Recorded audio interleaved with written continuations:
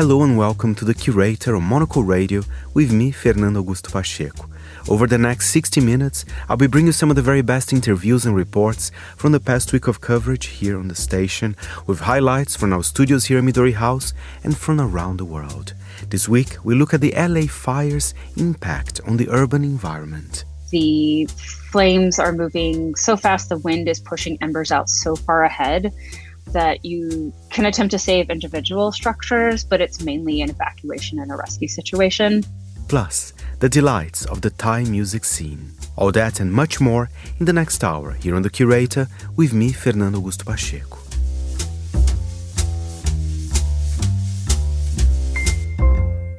And we start the show indeed in LA. The Urbanist this week looked at the LA fire's impact on the urban environment and invited Andrea Thompson, the Environment, Energy and Earth Sciences editor at Scientific American, to unpack how climate change and urban planning decisions influenced by the climate have caused these wildfires. So basically, for any fire, you kind of have several ingredients. The initial spark that causes it, that's something that's still under investigation. We don't know, and that's going to take several weeks or months to figure out. But then you have the conditions that spark happens in. And in this case, there were some unusually strong Santa Ana winds. These are a natural phenomenon that happens in Southern California as a result of pressure differences between a high pressure system over sort of the interior west and low pressure system off California. And that difference creates wind going very rapidly from the high to the low pressure. It goes through these canyons that are really prevalent in the mountains there, which speed up the winds. And then as it goes down slope, those winds also get hotter and drier. So they're sort of prime conditions to spread any fire that does start. And then all of that also happened on sort of a larger background of the climate, where you have what is increasingly becoming a cycle in Southern California. Well, you'll have one or two really wet winters, which mean all the brush and grass that is prevalent in this region grows leaps and bounds in the spring because it has tons of water. And then summer hits, the dry season, and it is much hotter and drier than in the past. And so all of that grass and brush dries out and is just ready to go if there's any spark. So we're increasingly seeing that sort of wet winter, then very dry season happen. And also we are seeing the dry season push longer in the fall. So the traditional dry season was summer, early fall.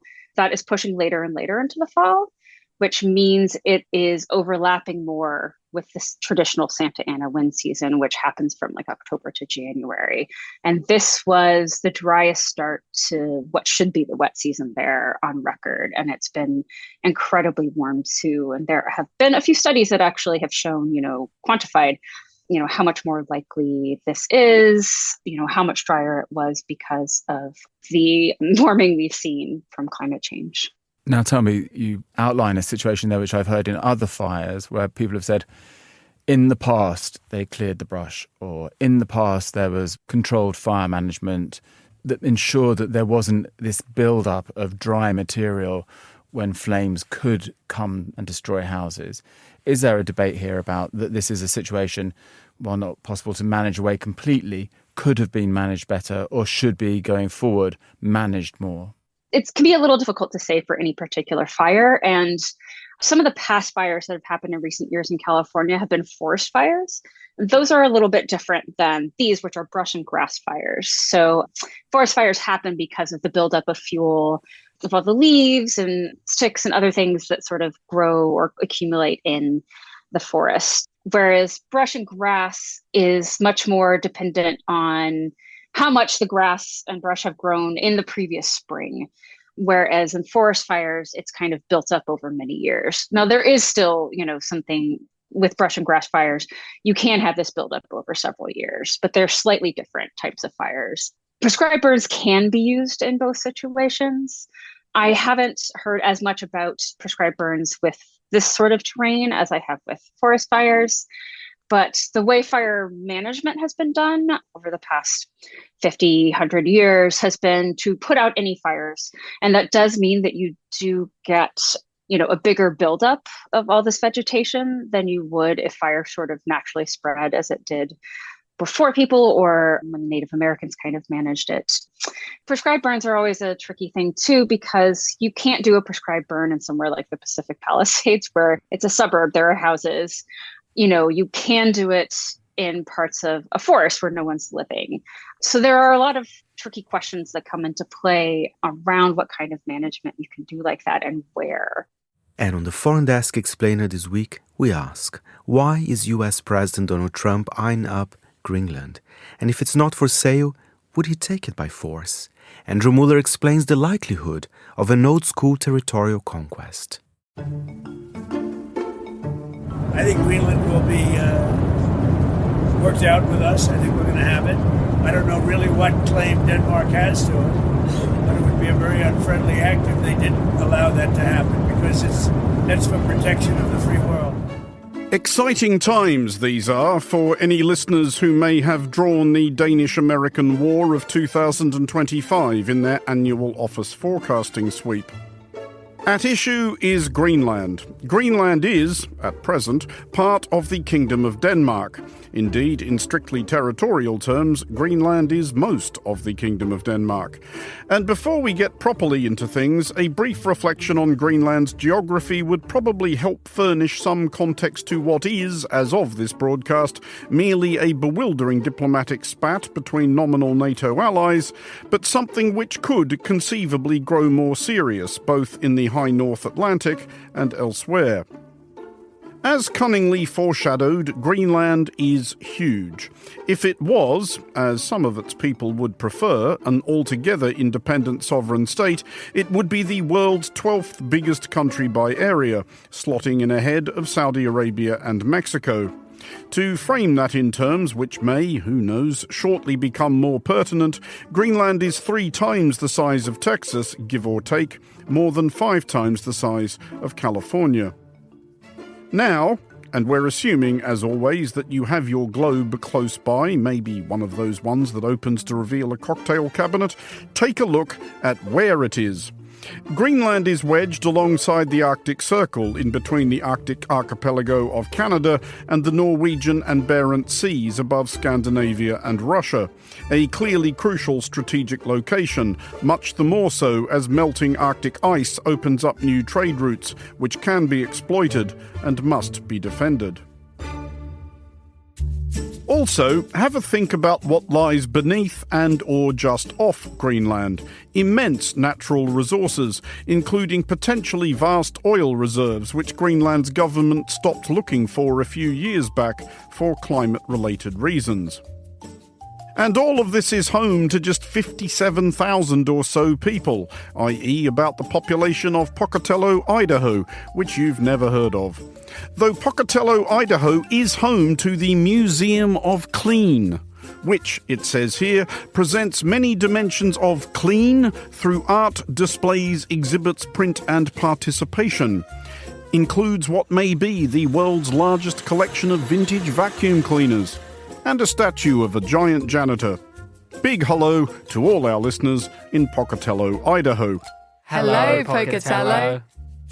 Anyway, what has hopefully been established here is that Greenland is strategically important, naturally bountiful, and much potential on both fronts languishes untapped, if you're that way inclined. It is, for example, and no offence, an obviously greater asset than Pocatello, Idaho, and it has clearly caught the eye of recently reinstalled US President Donald Trump.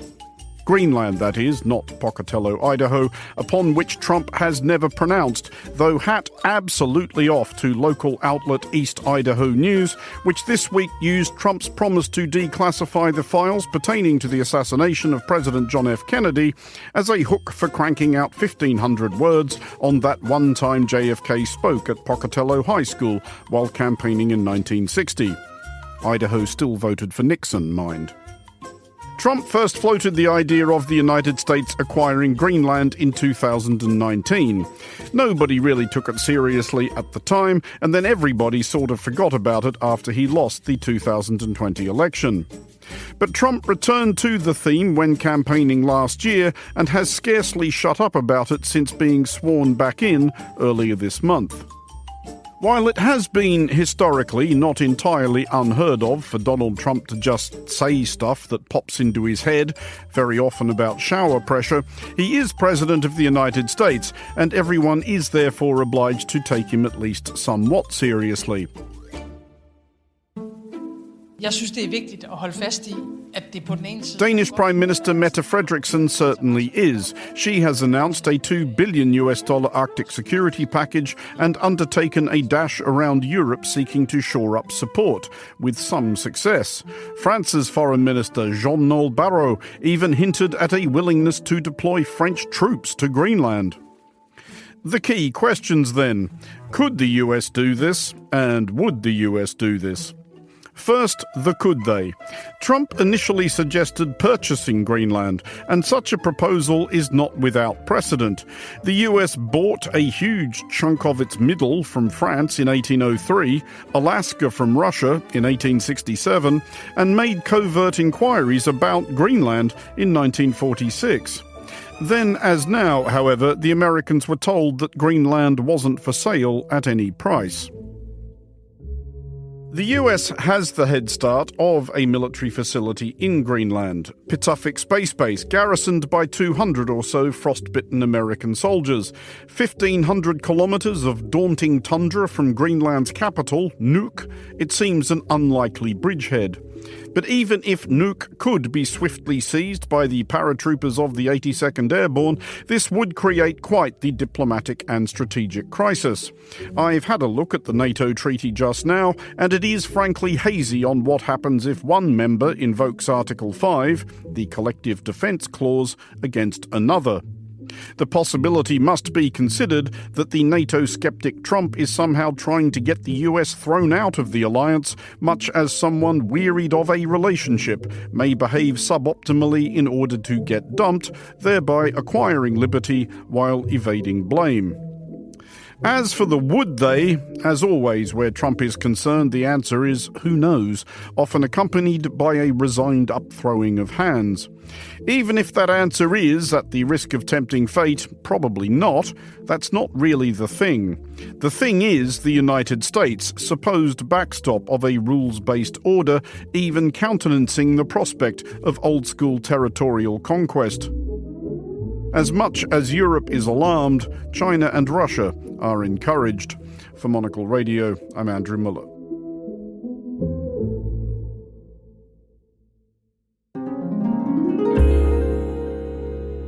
You are listening to the Curator of Monocle Radio with me, Fernando Augusto Pacheco. And now we have our big interview, and this time it is with Ludovico Einaudi, an Italian pianist and composer known for his unique blend of classical, folk, and modern influences. His iconic albums, film scores, and record-breaking concerts have made him one of the world's most influential living composers. His new 13-track album, The Summer Portraits, is now available, and Einaudi is also gearing up for a 5-night residency at the Royal Albert Hall in London, the longest continuous headline run by a pianist at the historic venue. Sitting down with Monocle's Laura Kramer, Einaudi speaks about his inspirations, his love of photography and paintings, and how he balances modern digital convenience with the beauty of analog technology in his creative process. When did you first get the idea for the Summer Portraits? What was the process like? Did you go into it thinking, I'm going to make a new album, or did you just start tinkering around on the piano and then eventually it just showed itself to you? I didn't know anything. I just had sometimes I say because everything has to be planned in advance. So I say to the people I work with, yes, maybe in 1 year I will have the new album. Sometimes I know, but in this case, I didn't know anything about it. So I went with my family for a holiday in an island in Italy. We rented a house, and I was there. Basically, I didn't want to think too much at work. I needed a break from my routine of concerts and everything. And we arrived in the house, and as soon as I entered in my room, there was a beautiful bedroom, and I saw on the walls some beautiful little paintings that were evidently made by the same hand. They were little paintings made with oil on a piece of wood, and they were representing some views from around the house. So there was a bit of a pine forest with the sea in the distance, and other details of the surrounding nature, and maybe a chair. Then I started to look at them, and then I went into the other room and I saw others. And so I was very curious to understand who made those paintings. And I went to ask after a couple of days, and they told me that there was a family that was owning that house in around 1950s. And the lady, the mother of the family, she was painting every summer some new paintings and leaving them in the house, and they kept them around the house forever, and they are still there. And it was. I started to be inspired by the story of this family that I didn't know, and by that lady who was painting every year. When you saw those paintings for the first time, what was it about them that struck you so deeply and made you start thinking about connecting them to your own music? This thinking started to connect with my summers, with my childhood, and the time of my summer. That was a very long time, because in Italy, when I was going to school, we were spending 3 months of holiday, and in those 3 months.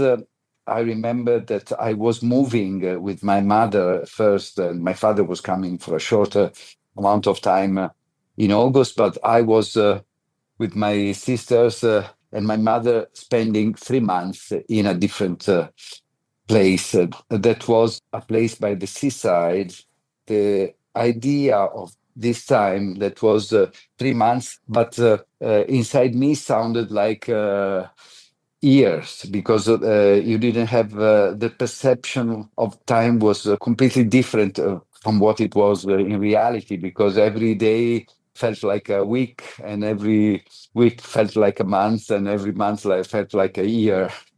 And we were completely free to do whatever we wanted. You would arrive there and take off your shoes and pick up your bicycle and stay from morning to night with your friends, and enjoy the nature, because in all that the nature was a fundamental part of the experience.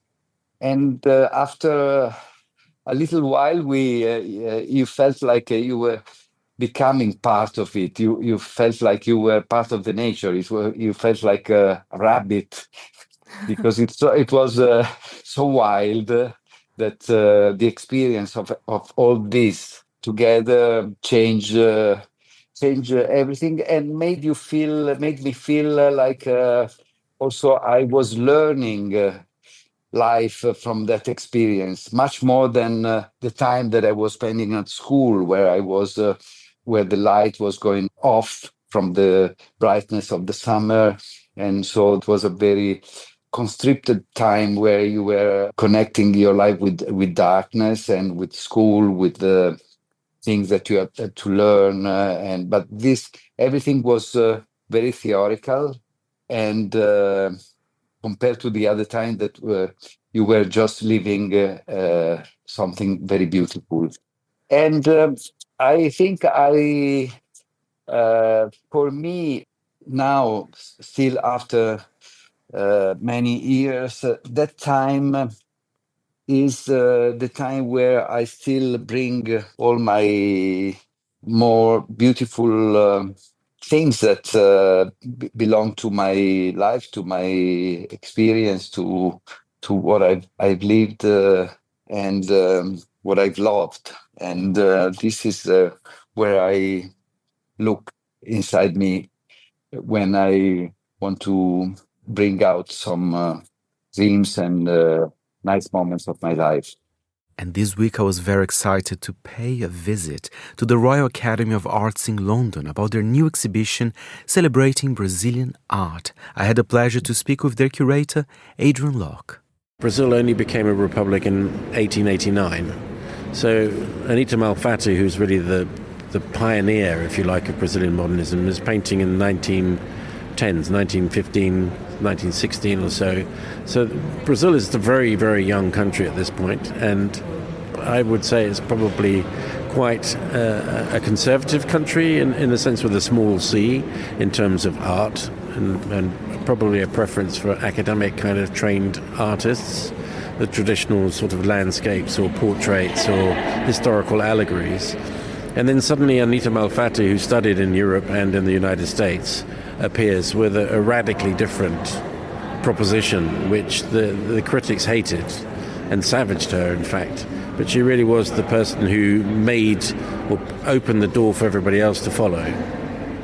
And talking about Anita, she's, one of the first here at the exhibition. It's divided into 11 artists, right? I love the way, by the way, even the font. I mean, you have to tell me about the design of the place. Yeah. It looks super cool.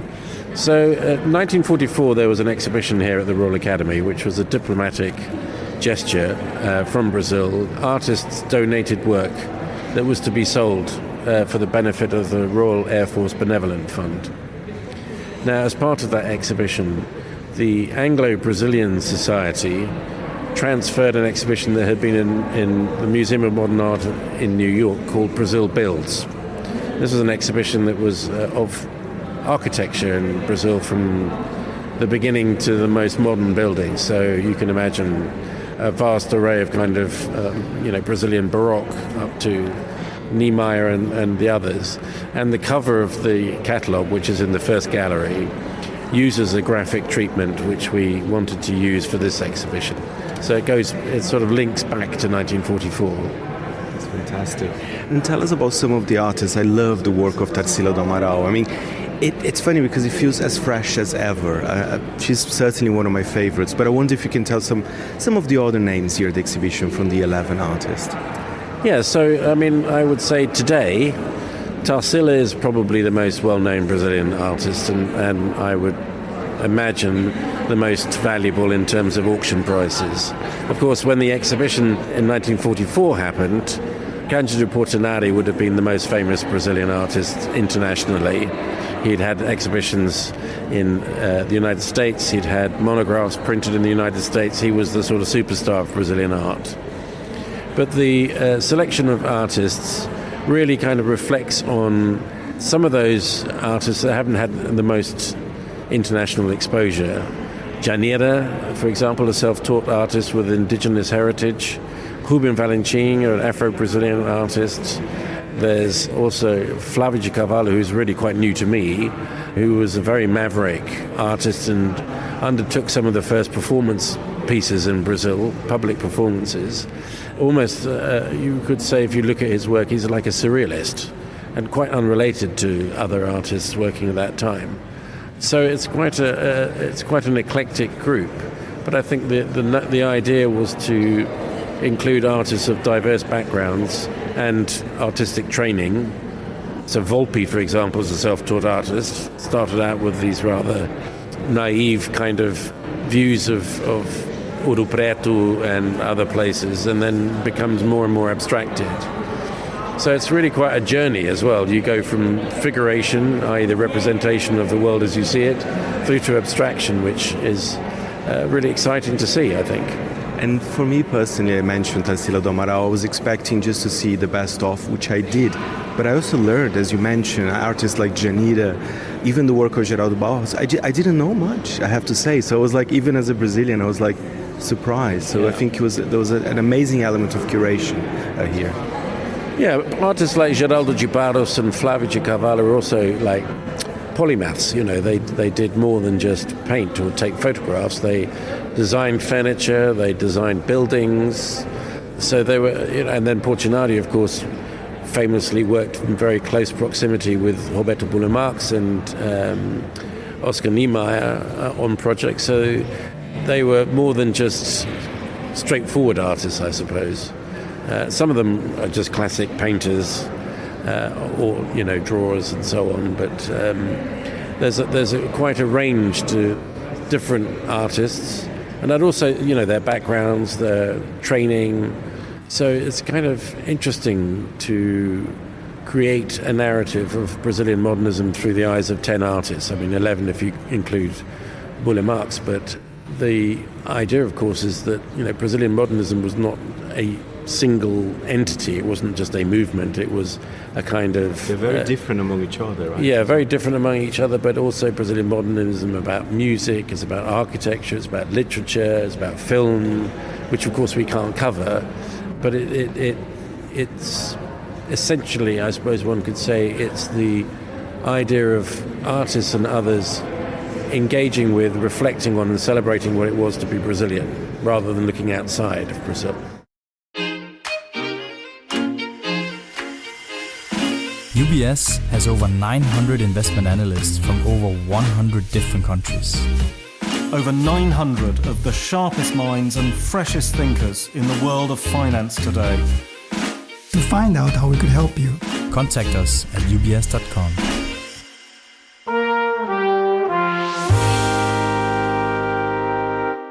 And we're back with The Curator, our weekly highlight show here on Monocle Radio, and I am Fernando Augusto Pacheco. And for our On This Day historical series, this time we recall Shakespeare's unwitting unleashing of a monster. A love-struck Romeo, sing the streets of serenade. Romeo Montague is, of course, the most atrocious dickhead in the entire English literary canon. Yeah, I said it. This insufferable adolescent would have been bad enough had he been a real person, a pestilential creep seeking, as pestilential creeps often do, to style out their pestilential creepiness as romantic devotion. But soft, what light through yonder window breaks? It is the east, and Juliet is the sun. All right, settle down. But given a voice by the greatest of dramatists and subsequently life by some of the greatest of actors, Romeo has been not merely annoying, but dangerous. A model who has encouraged generations of entitled and self-regarding young men to believe that infatuation excuses any foolishness or wickedness. And he first strode a stage, well, somewhere between possibly and probably, on January 29th, 1595. At which point, a necessary disclaimer.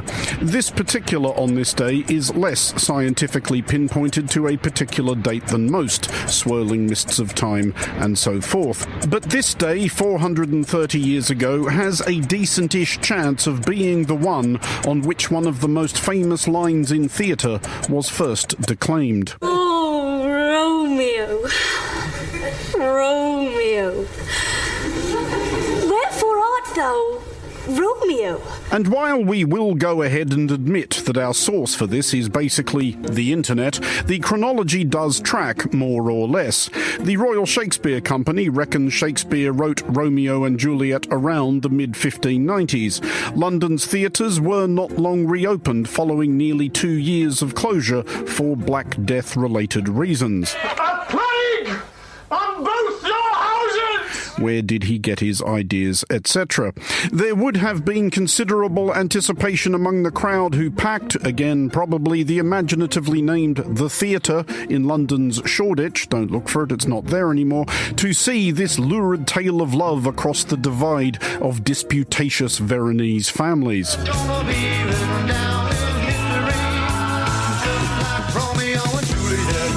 It was performed by Shakespeare's own company, the Lord Chamberlain's Men. The first Romeo was likely the great Elizabethan actor Richard Burbage, the first Juliet Robert Gough, who, despite being a chap, often played the female parts. Recorded sound being nearly another 300 years off, there is of course no audio of the performance. The closest we can get to such antiquity may be from 1936, with Leslie Howard and Norma Shearer in the title roles. Then have my lips the sin that they have took. Sin from my lips? Oh, trespass sweetly urged. Give me my sin again. Get a room already. Pretty much everybody has since had a bash at it, very probably including many listeners to this programme, ushered in front of a classroom or, worse still, a school concert hall full of fidgeting parents, and probably not carrying it off quite, like Leonard Whiting and Olivia Hussey. Oh, wilt thou leave me so unsatisfied? What satisfaction canst thou have tonight? The exchange of thy love's faithful vow for mine. Never heard it called that before, and so forth. But to return to the original point of this here soliloquy, while there was obviously nothing much wrong with the script, Shakespeare's overwrought anti-hero and what he represents has strewn considerable wreckage across the centuries since, not least via the lesser works his example has inspired. These are barely countable, but to cite two more or less at random, John Cusack's lovelorn twerp brandishing a boombox outside his paramour's bedroom window and berating her with a dismal Peter Gabriel track in Say Anything, and Andrew Lincoln's oily stalker saying it with faintly menacing flashcards in Love Actually are both basically Romeo with much worse writers. Regrettably, neither of them go the way of Romeo, which ideally would have been via a thoroughgoing pasting administered by, respectively, an irate father or husband. At which point, Shakespeare would be within his rights to rise from his tomb and note that everyone may have missed his point, and that it is scarcely his fault that ever since Romeo first trod aboard, Western culture generally has internalised and accepted that taking a fancy to someone, one, legitimises pretty much any amount of melodramatic grandstanding, and two, works, which, to save everyone a lot of trouble, it doesn't, and it doesn't. Heaven is here, where Juliet lives, and every cat and dog and little mouse, every unworthy thing, live here in heaven and may look on her, but Romeo may not. More validity, more honourable state, more courtship live in carrion flies than Romeo. They may seize on the white wonder of dear Juliet's hand and steal a mortal blessing from her lips. But Romeo may not. Plenty more fish in the sea, son. Get a grip. For Monocle Radio, I'm Andrew Muller. And now we have a highlight from the menu. This time we speak to the chef Dave Pint about his successful Singaporean barbecue restaurant, and we discuss the question at the heart of his new book. I think the way we've looked at it is we don't want any borders, we don't want any boundaries. We just want to cook food that we want to eat and the way it makes sense to do with all the different techniques that we've got with barbecue. So remove all the borders, but cook with technique, cook with beautiful flavor combinations, cook with amazing ingredients, but don't put yourself in a box with it because it's already a hard enough box to cook in. I think it's interesting that you say, remove all the borders from it, because you're also someone who has travelled so much for your culinary career. And I wonder if, putting the borders back into the equation, what did you pick up in all of these different places that you have cooked in Australia, in Denmark, in the Basque Country, in London? What have you borrowed from all of these places to make it into your own borderless style of barbecue cooking? Look, I think we've definitely taken bits and bobs from everywhere that we've worked, travelled to, eaten, explored, tasted and seen, number one. But in terms of what I've really taken from each of the restaurants that I spent time in was like, when you're with Tets, it's like, you've got this precision cooking with a blend of like French, Japanese with Australian products being championed.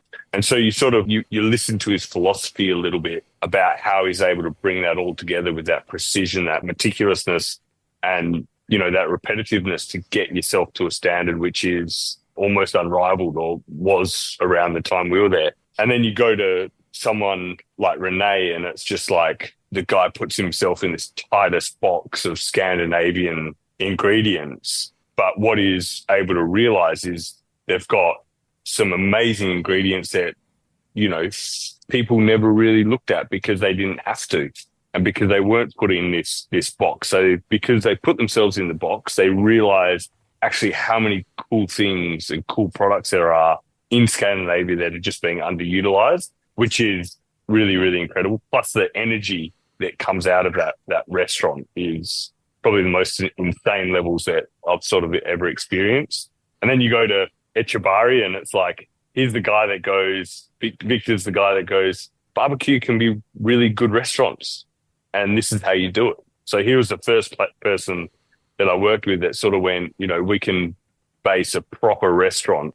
And obviously, I mean, you see all the accolades that under his belt now, but he's the first guy that was like, you can make a proper restaurant out of barbecue. And it was just like, holy shit, yeah, you can. And it's, it's all the things that you see in other restaurants, but I've never seen applied to barbecue, which is, technique, precision, produce, refinement, knowledge, professionalism, all these things tied up, but just with a cooking method focused around barbecue. So that was pretty incredible. And then obviously you go to London and work under Fergus and James Lowett at St John Bread and Wine, and it's just like, super seasonal, beautiful ingredients, great techniques, and just a huge focus on make it fucking tasty.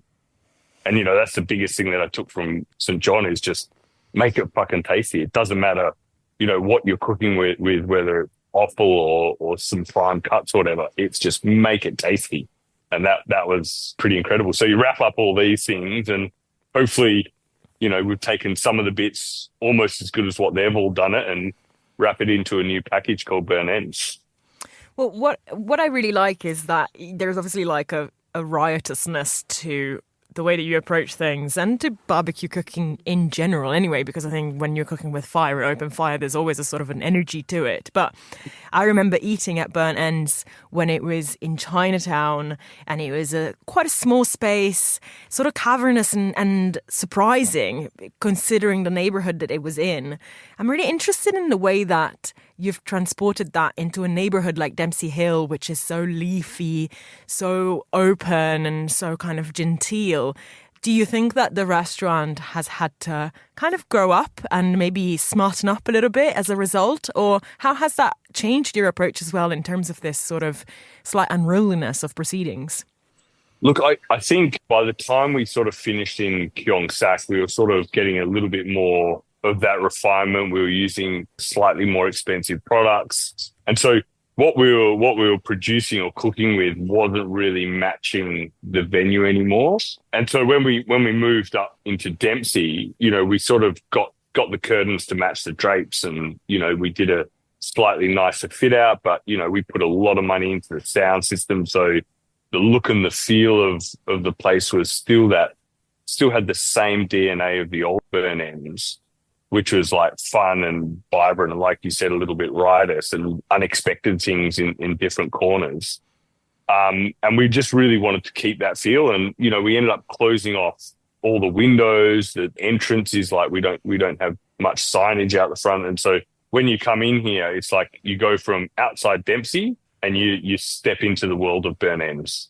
So it was really important to try and keep that DNA. But we did have a lot of people that they did prefer the old venue to the new one because it is different. It will naturally be a little bit different, but we've managed to find our feet in the new venue, and we've got people that come and they love and they enjoy it, and we still get to have a lot of fun.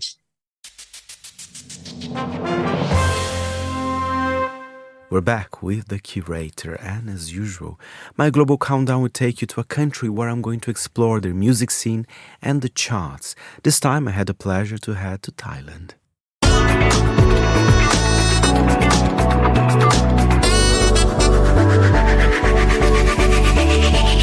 And finally, on today's show, our regular listeners will know that global countdown sound you just heard, and they'll know what's about to happen because I'm joined by Monocle's musical curator, Fernando Augusto Pacheco.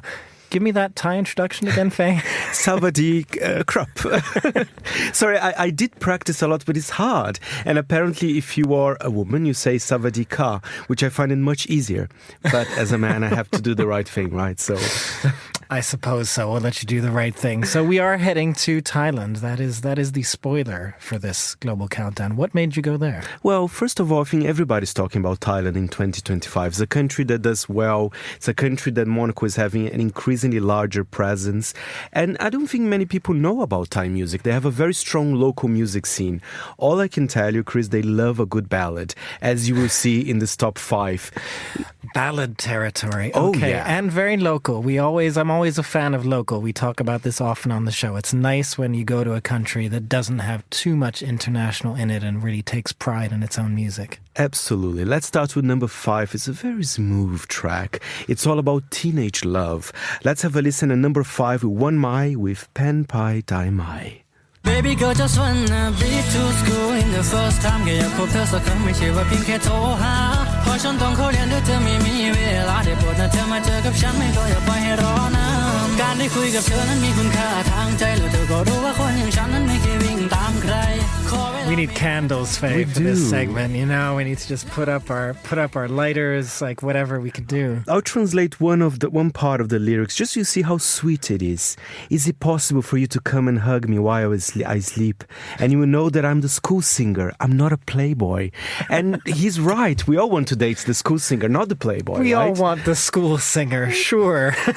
And he does look like a teenager, One Mai. I mean, he's a new sensation there in Thailand. I think we started in a very cute way. That was very cute. Okay, are we sticking with cute? Less cute, but more Monocle Radio appropriate. In fact, I think I might add this track to the playlist. It's very cool. There's some touches of 80s synth in there. They are very successful indie band from Thailand. It's called Tilly Birds and Polycat with Longchamp, Only You Can.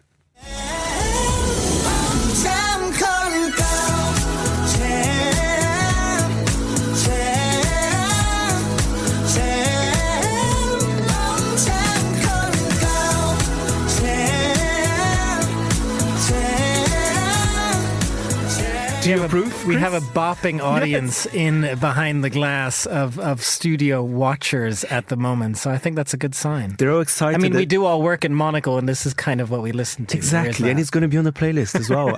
I've decided it's really cool. They were found in a TV show, not X Factor, but a show called Band Lab, and they found it. I mean, they're super successful in Thailand. Band Lab. So you're going to start watching Band Lab? I think I will. If they found the Tilly Birds, who else they're going to find it?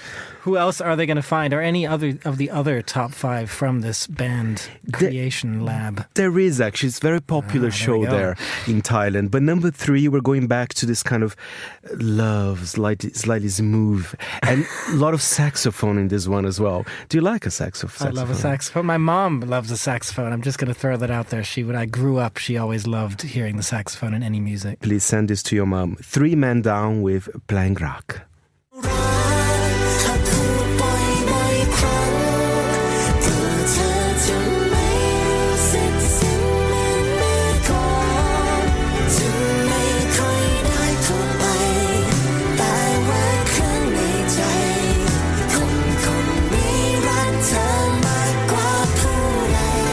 Faye, this is giving me Chicago vibes, which was one of my mom's favorite bands. If You Leave Me Now. A great song, great song.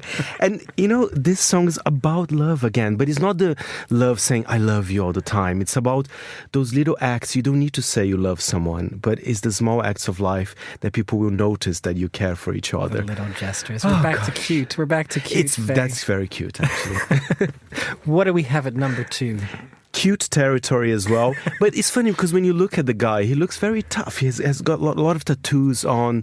You almost think that he was singing like metal, hip-hop or something like that. You're ready for it, and then it just goes cute again. It just goes very cute. It's very mellow. And, well, I'll tell you the translation of this track, but I'm not sure if Google Translate is right on this one. It's Lek Rachamet with Chai Pen Nai Kai Pen Bo.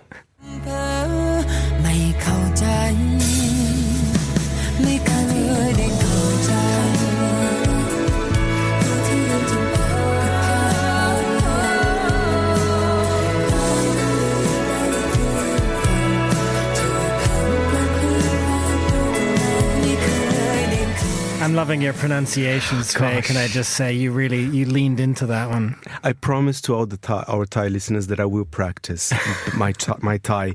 And apparently the translation for the title of the song is "The mind is the master, the body is the shoulder."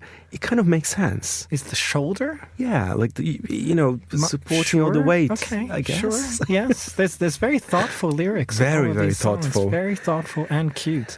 Are we? What's our theme for number one? It's a little bit cute, but if you look at the video, it's not that cute because the video portrays Godzilla invading Thailand, and apparently, oh my, yeah, it's such a shame we're not a TV show right now. I would like to see that. But I would recommend people to watch the video because they even ask authorization for the Japanese company that owns the rights for Godzilla. So it's a big deal, and this has been a blockbuster of a song in Thailand. It's been number one for quite a few weeks.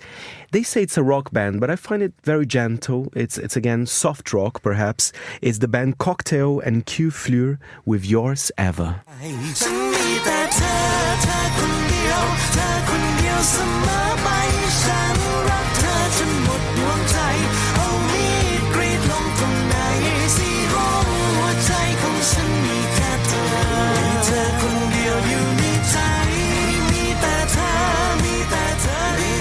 This is about as heavy as Thai music gets, Faye. I think that's what we're finding out here. And I'll remind people, Godzilla is invading Thailand, but this man is carrying... Yes, you have to imagine that while listening to that song. And this man is carrying a sunflower in his hands to give to his girlfriend. And then Godzilla kind of attacks him, but then he rescues him after. I mean, it's a really mad story, but in the end, everything's fine. He managed to give the sunflower to his girlfriend, and they live happily ever after. I'm very glad you told us, Faye. I think we would have been worried that there would have been a bad news ending to that. Of course, no doubts there.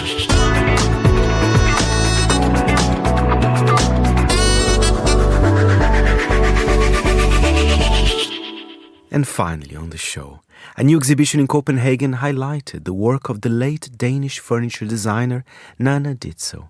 Michael Booth reports.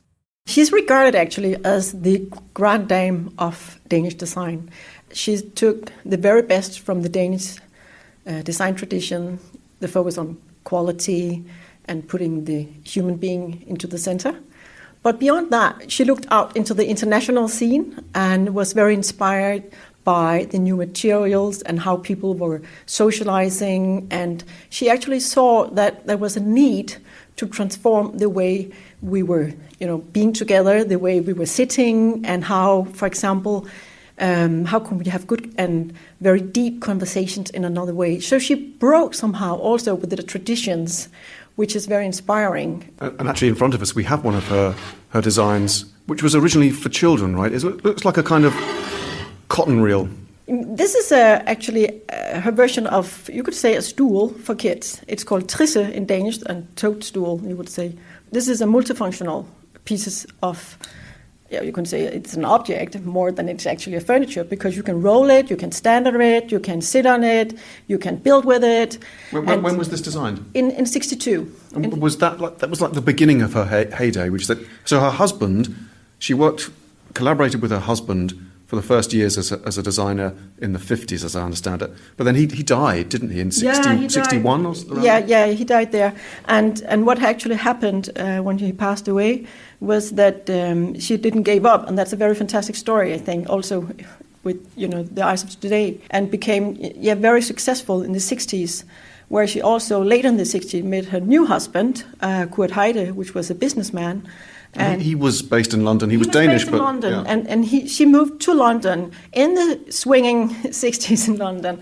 They established what is called Interspace, which was not only a studio for Nana Ditzo, but was a showroom for manufacturers and producers, and it became a melting pot, you should say, or meeting point for very innovative, radical thinking architects, designer, Where was it?